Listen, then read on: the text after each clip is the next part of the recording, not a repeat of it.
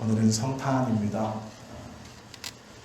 제가 매년 요즘 느끼는 거지만 성탄이라고 해서 특별한 날이 아닌 것처럼 그렇게 느껴집니다. 여기는 도시 한복판이 아니라서 그런지 밖에 나가도 캐롤도 없고 또 어떤 큰 이렇게 조금 옥자질거란 분위기들이 많이 없습니다. 물론 힘들고 어려운 경제 사정도 있겠지만 예전과는 좀 성탄이라는 것을 바라보는 그러한 관점이 많이 바뀐 것 같습니다. 성탄을 기다리는 사람들은 여러 가지 모습이 있죠. 어린아이들은 산타클로스가 선물을 주기를 원하면서 이 성탄을 기다릴 겁니다. 청소년들은 성탄보다 크리스마스를 기다리는 이유는 부모님들의 간섭을 피해서 자신들끼리 밤새 신나게 놀고 싶어 하면서 이날을 기다립니다. 젊은이들은 밤새 함께 어울려서 지내고 또 여러 가지 재미있는 것들을 통해서 함께 시간을 보내려고 이 성탄을 기다릴 수도 있습니다.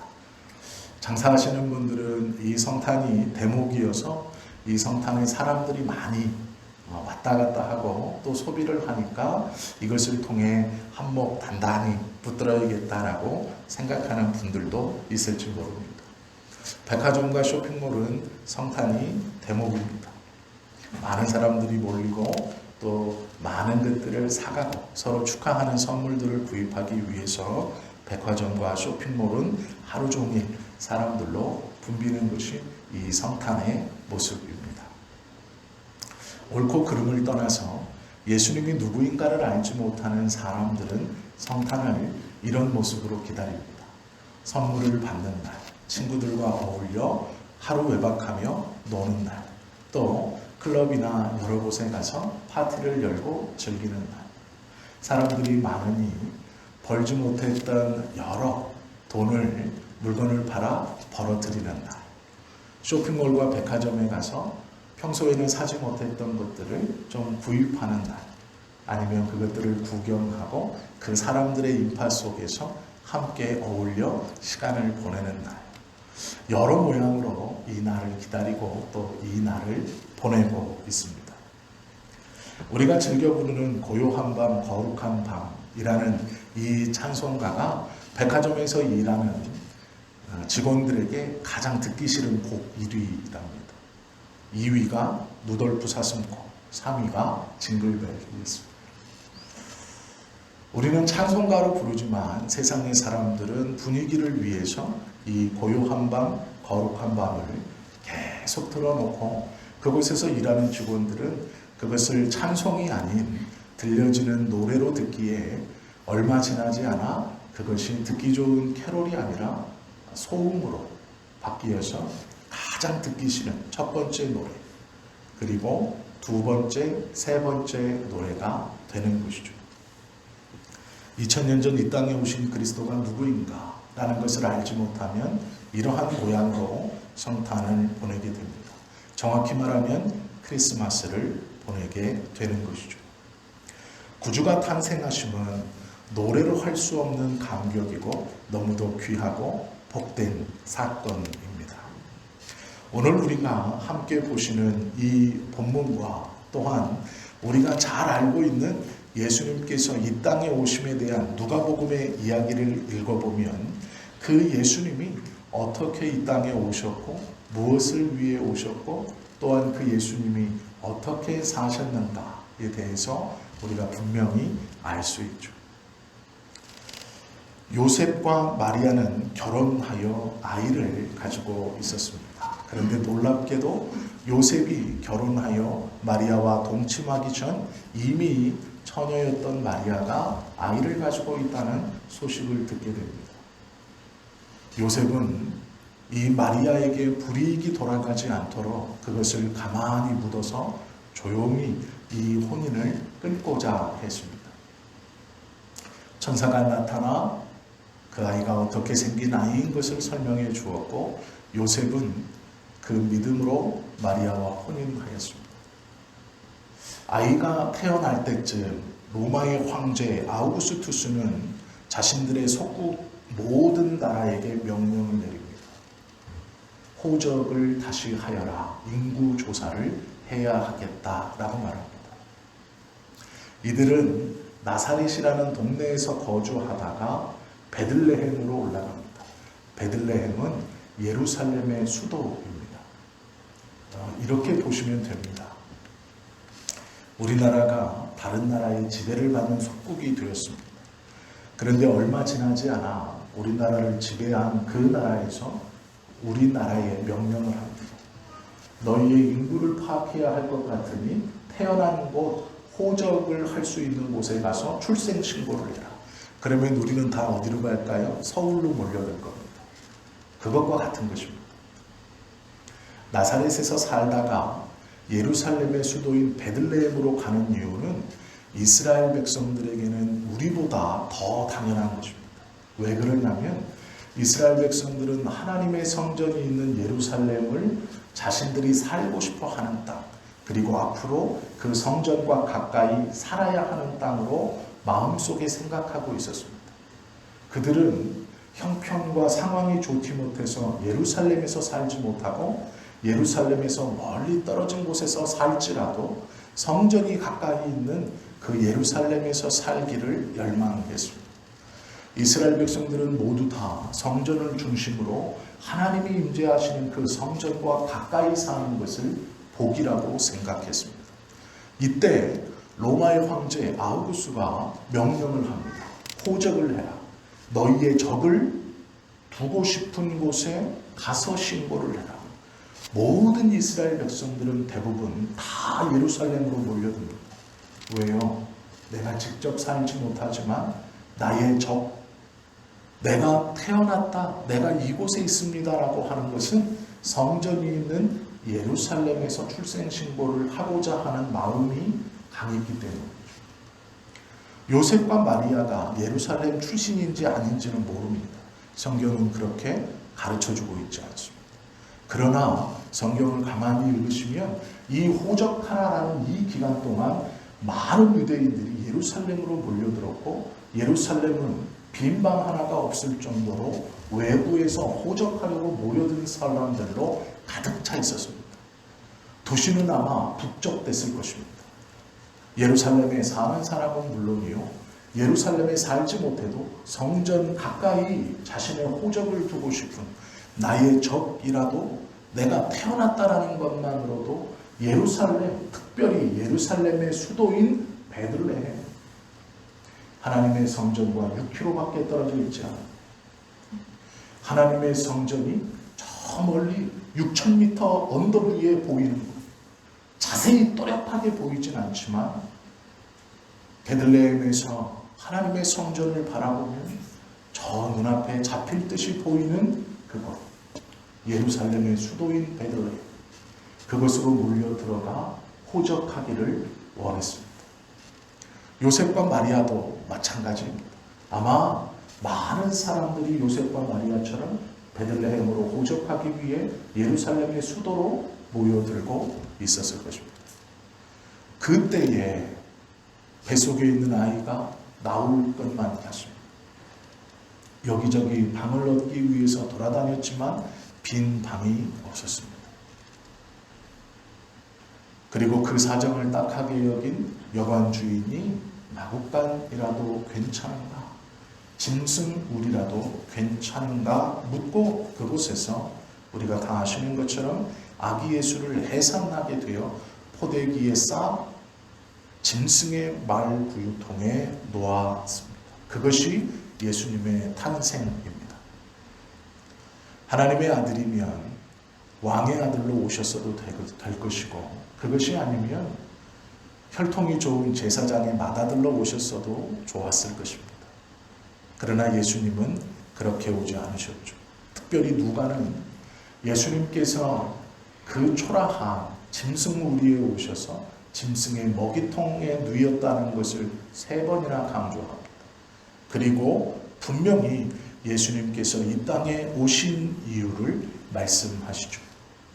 인자가 온 것은 섬김을 받으려 하는 것이 아니고 섬기려 왔고 많은 사람의 대속물로 이 땅에 오셨다라고 말씀합니다.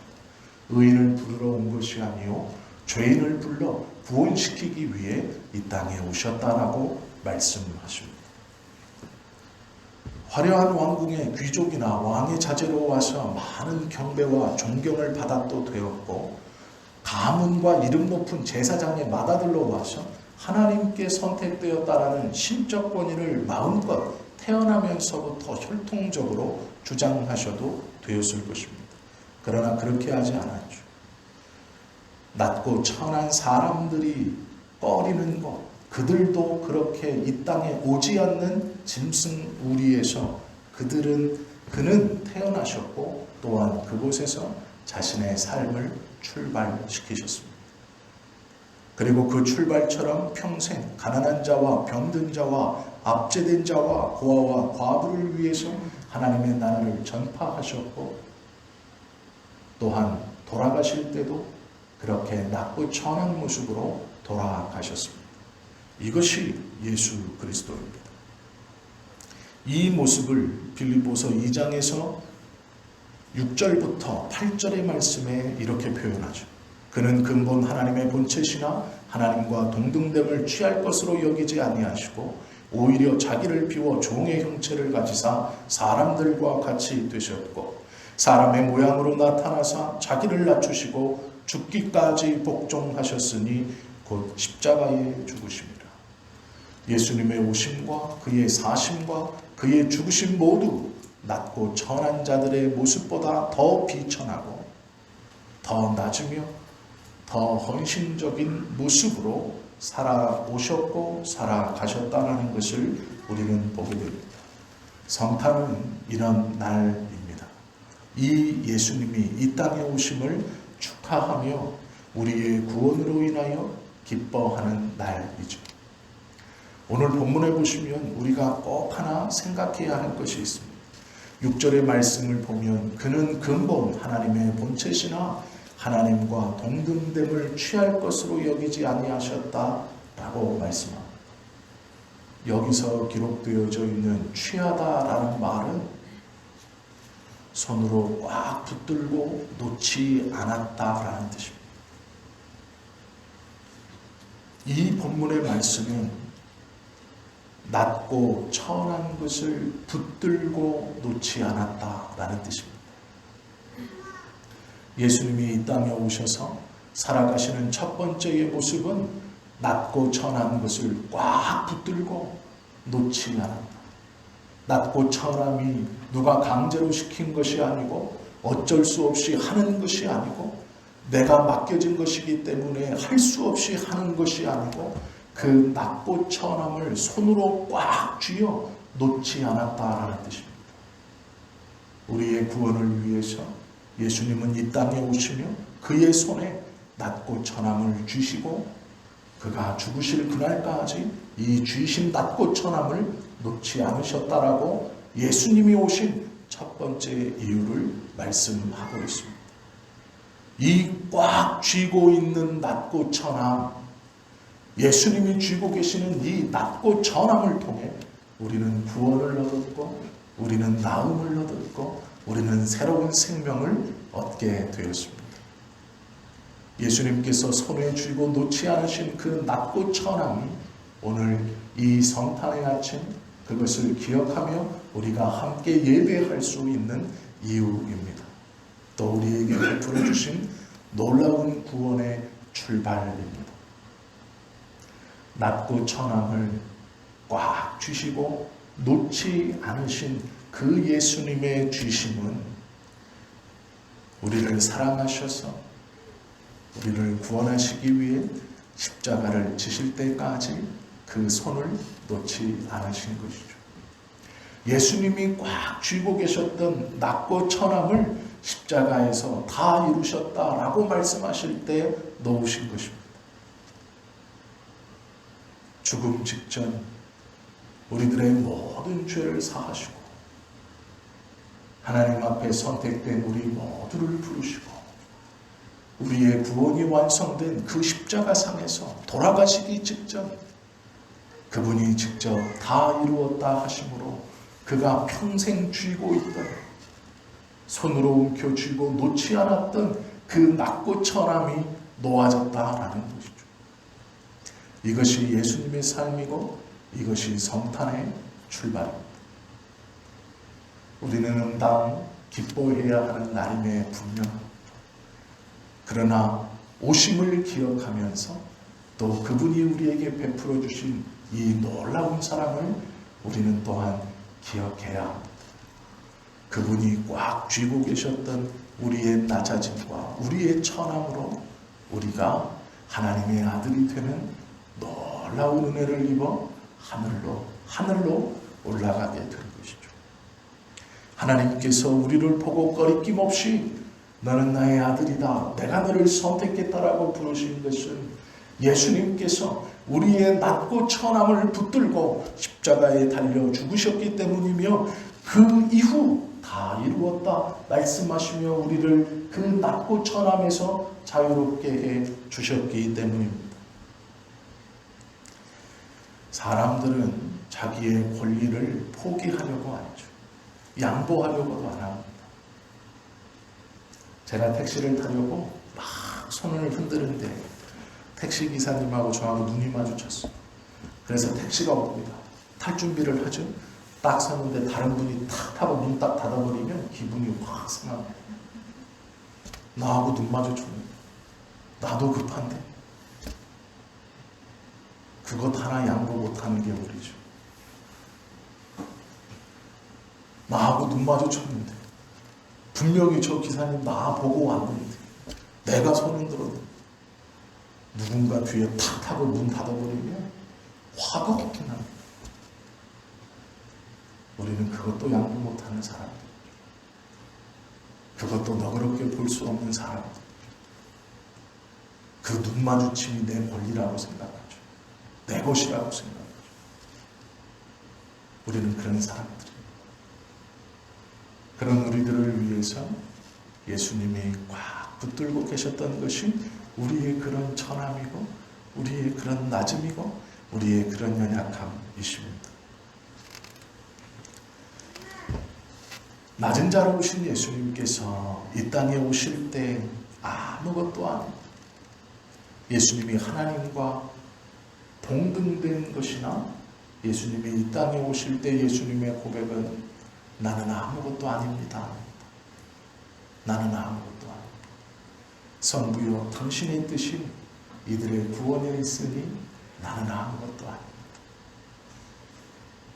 그리고 이 땅에 아무것도 아닌 것처럼 오게 된 것이죠. 오해하지 말고 들으십시오. 어제가 이제 크리스마스 성탄 2부였지 않습니까? 다 아시죠? 어제 이제 성경 공부를 하고 두 분은 백화점에 가신다고 가고 저하고 이제 이상선 집사님하고 이제 밥을 먹고 무엇을 할까 하다가 우리가 성탄 2부 구경을 가자 말을 했습니다. 그래서 밥을 먹고 예수님교회 갔습니다. 예수님교회 가니까 성탄 2부 공연을 하더라고요. 그래서 아이들이 나와서 무언극도 하고 찬양도 하고 또 이렇게 교육자분들이 카드 섹션도 하고 너무 재밌더라고요. 너무 즐겁게 1시간은 조금 못 됐지만 조금 늦게 가서 그 공연을 잘 봤습니다. 그리고 기도했습니다. 하나님, 우리 교회도 아이들이 있으면 저런 공연들을 하고 싶습니다. 그리고 마음껏 하나님을 찬송하고 이렇게 성탄을 기뻐하게 하고 싶습니다. 너무 좋더라고요. 그것을 보는데 너무 감사하고 너무 재밌고 너무 기뻤습니다. 그래서 마음껏 웃고 마음껏 박수치고 너무 또 잘해요. 그렇게 잘 보고 왔습니다. 어떻다 저떻다 이런 게 절대 아니고요. 그것을 보면서 하나님 앞에 저렇게 아이들이 성탄을 기억하며 찬양하고 연극을 하고 하나님 앞에 저렇게 보일 수 있다는 것이 참으로 귀하다라는 생각이 들었어요. 바라고 원하기는 저희 교회도 그러한 은혜 가운데 있기를 원합니다. 그러한 은혜를 누리고 또 함께 할 수 있기를 소망합니다. 그리고 돌아오면서 기분이 내내 좋았어요.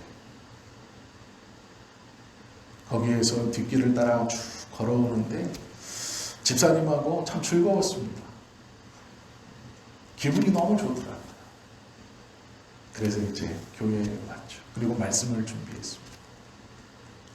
그리고 나서 이 예화가 떠오른 거예요. 대학원 다닐 때 들었던 말씀인데요. 아마 다 아시는 걸 거예요. 빈방 있습니까?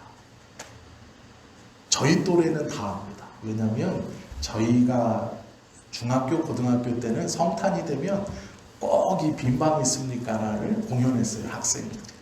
내용은 이렇습니다. 마리아와 요셉이 등장하고 예루살렘 배경으로 그들이 여관에 들어가 여관 주인에게 말하는 거예요. 빈방 있습니까?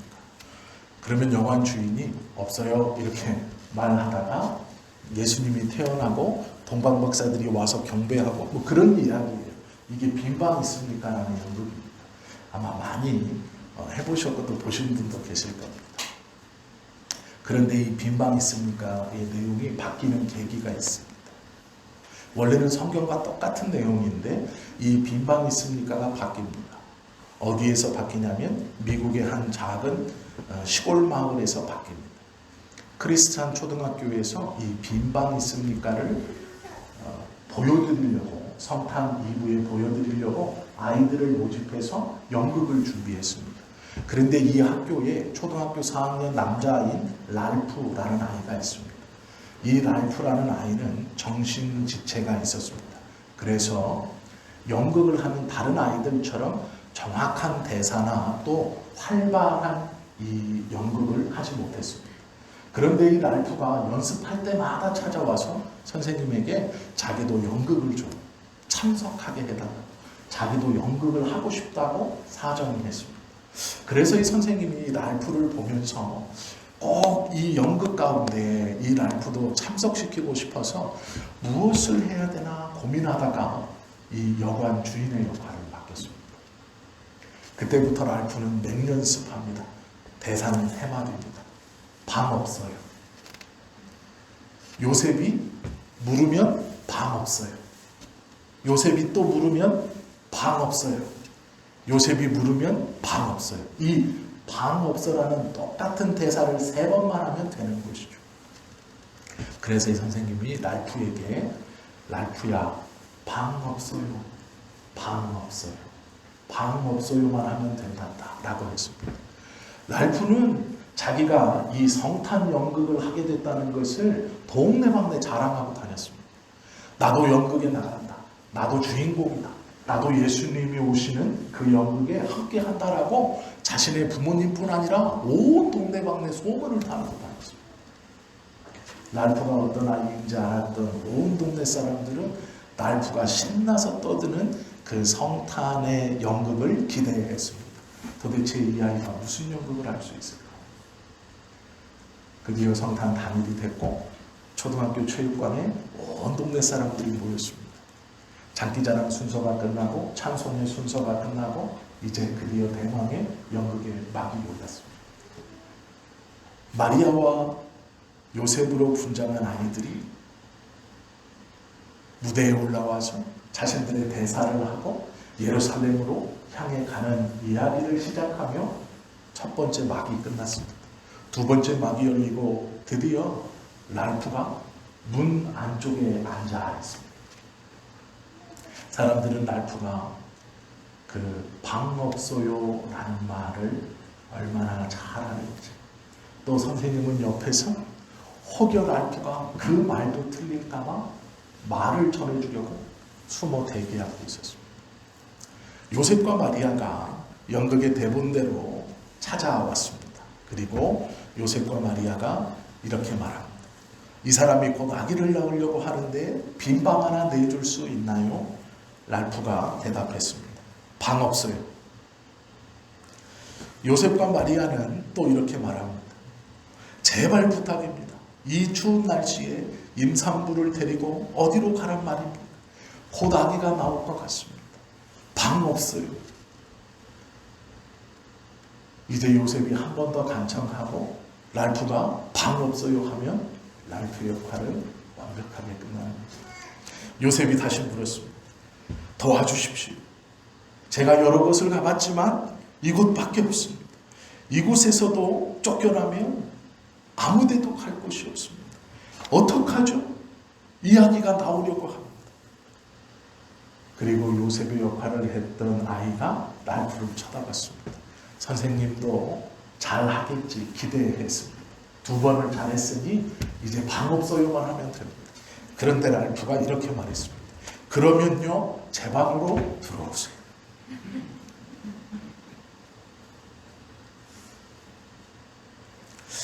랄프는 울면서 이 대사를 했어요. 그러면요, 제 방으로 들어오세요. 연극은 망쳤죠. 당황한 요셉은 그 다음 대사를 못했습니다. 마리아도 선생님도 랄프만 보고 있는, 온 동네 사람도 랄프만 보고 있는 거예요. 이게 대사가 아닌데 랄프가 울면서 그러면요, 제 방으로 들어오세요. 이 말이 그 연극을 구경했던 많은 사람들의 마음을 울렸습니다. 그리고 이 빈방이 있으니까 이 랄프의 대사 때문에 완전히 바뀌게 되었습니다. 아마 이 빈방 없습니까를 들어보셨을 겁니다. 그 연극은 대성공이었습니다. 그 뒤에 대사는 하지 못했지만 랄프의 이 한마디로 예수 그리스도를 모셔드리는 것이 무엇인가를 알게 되었다라는 것이죠. 예수님께서 자기를 비워 이 땅에 오심은 이런 것이죠. 예수님이 우리를 위해서 낮고 천함을 꽉 쥐고 놓지 않으셨는데 우리는 빈방 없습니다. 먹고 사는 것에 가득 차 빈방이 없습니다. 세상의 고민과 번민에 가득 차 빈방이 없습니다. 내가 살아가는 일에 치이고 내가 해야 하는 의무감에 치이고 내가 해야 하는 그 무엇이 나의 방에 가득 차 빈방이 없습니다. 그렇게 말하는 것이 우리의 고백은 아닙니다. 그러면요, 제 방으로 오세요 라고 모시는 것이 합당한 모습인데 그렇게 하고 있지는 않은가. 한 번은 생각해 보아야 하는 성탄입니다. 이사야 53장 2절 3절에 보시면 예수님께 대하여 그는 고운 모양도 없고 풍채도 없어 사람들 보기에 흠모할 만한 아름다운 것이 없는 분이다 라고 말합니다. 또한 멸시를 받아서 사람들에게 실어버린 바 되었으며 귀히 여김을 받지 못한 분이라고 말씀하고 있습니다. 성탄은 귀하고 복된 날입니다. 그러나 꼭 기억해야 하는 날입니다. 그 예수님께서 우리 죄를 사하시기 위해서 오셨고 그의 오심은 우리의 비천과 우리의 천함을 주시고 십자가에서 다 이루시기까지 놓지 않고 붙들고 가셨기에 우리가 구원을 입어 하나님의 자녀가 된 것이죠. 그리고 그 은혜를 오늘 다시 기억하고 우리의 연약함과 약함을 하나님 앞에 내려놓고 받은 그 사랑이 무엇인지 우리가 다시 한번 고백하는 날이 바로 오늘 이 성탄의 날입니다. 우리 모두가 구원으로 인해서 축하해야 하지만 예수님의 사랑으로 인해서 하나님 앞에 진정으로 감사해야 하는 날이 오늘입니다. 이 귀하고 복된 은혜를 누리며 살아가시는 성탄의 기쁨에 또한 구원의 기쁨으로 하나님 앞에 감사하시는 우리 모두가 되시기를 예수님의 이름으로 축원합니다. 기도드립니다.